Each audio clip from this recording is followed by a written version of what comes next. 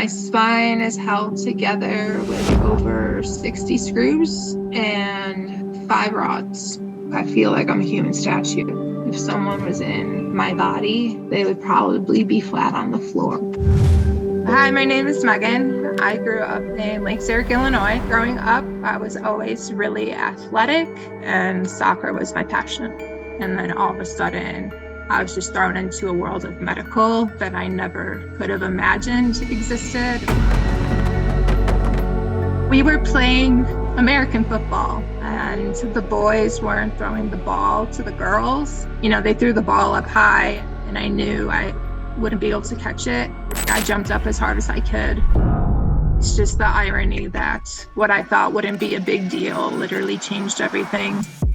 And when I landed, my body was twisted to the left and I landed really bad on my right leg with my ankle turned. And in hindsight, we know that I injured my right ankle, my right knee, and my right hip all at once. Initially, all the doctors, myself, we thought it was just a really, really bad ankle sprain. The knee injury and the hip injury didn't become apparent until after I had my ankle surgery and then began physical therapy. And then as I put weight through my leg, then it was something wrong with my knee. And then it was going through the process and then there was surgery. And then it was the same thing, start physical therapy and start to put weight through the leg. And then it was apparent that there was a problem with my right hip. And, you know, the doctor that I was seeing was like, this is impossible. This kind of thing doesn't happen. To have doctors tell me that I'm drug seeking and I'm looking for attention or I'm hurting myself when I was doing nothing wrong it was just hard. It was just really, really hard. But because I was athletic, like it kept my muscles strong. And then once my injury happened, you know, all that activity ceases. And then my muscles weakened, which caused my joints to loosen. And then all of a sudden I was having these joint issues that were never apparent growing up. My arm's dead and it's locked. It took a total of 10 years to be diagnosed with this genetic condition.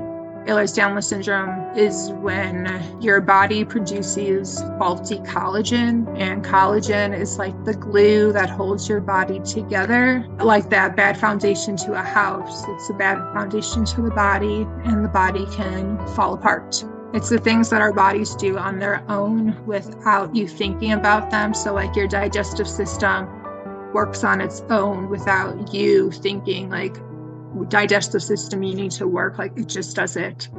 When you're really, really hot, you sweat. I don't sweat. You know, there's a different condition. It's called POTS. And when you go from sitting to standing, like my heart rate shoots up high and, you know, I just had to be like stand up a little bit more slowly. But that's the condition that was ruled out. And then I was diagnosed with it 8 years later. When you're thrown into a medical lifestyle, you quickly learn not to take things for granted. How's that feel? But when I talk to people, I end up saying like, I'm like a statue. I can't move. I'm never going to have the range of motion. It's never going to improve. It's solid. Yeah, people don't realize how hard of a struggle it actually is. And it's amazing how like a brave face can change everything. A face that is smiling can hide the pain. Like right now in this instance, am I hurting? Yeah. Is my leg burning? Yeah.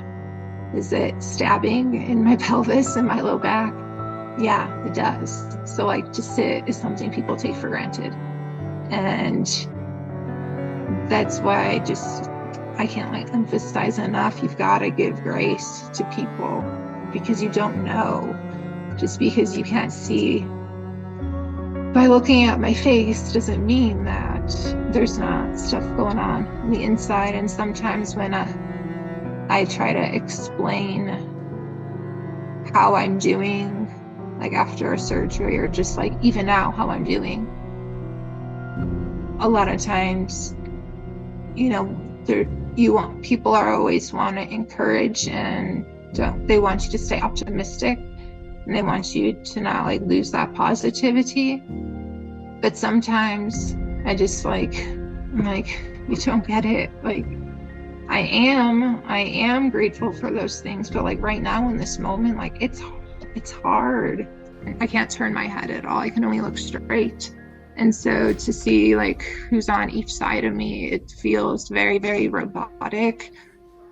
Just simple body motions are something that are oftentimes taken for granted. I can't reach my back at all.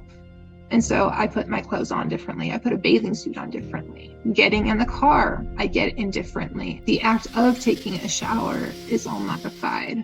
All these little things, like sometimes, like you just can't reach. I don't allow myself to stay in a miserable state. Ultimately, feeling sorry for myself, it isn't gonna do anything positive.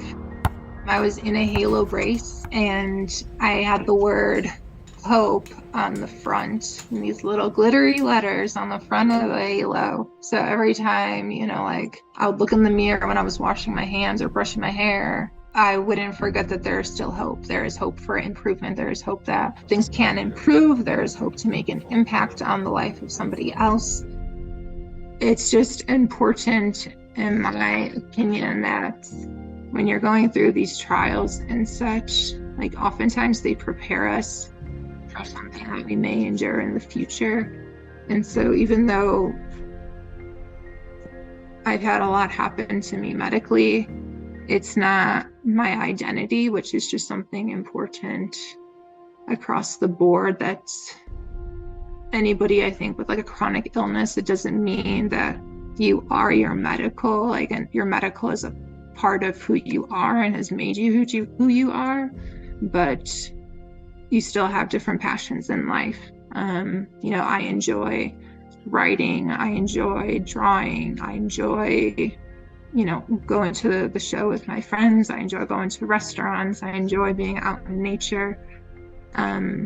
Finding sometimes when people think about having joy, they're thinking of something extravagant, and joy can be very, very simple.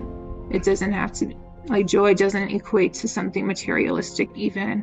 This is the path that I have in my life, and all I can do is just hope I can make the best of it. And the life that I was living prior to my injury, I never would have been able to make an impact in the way I was living that life.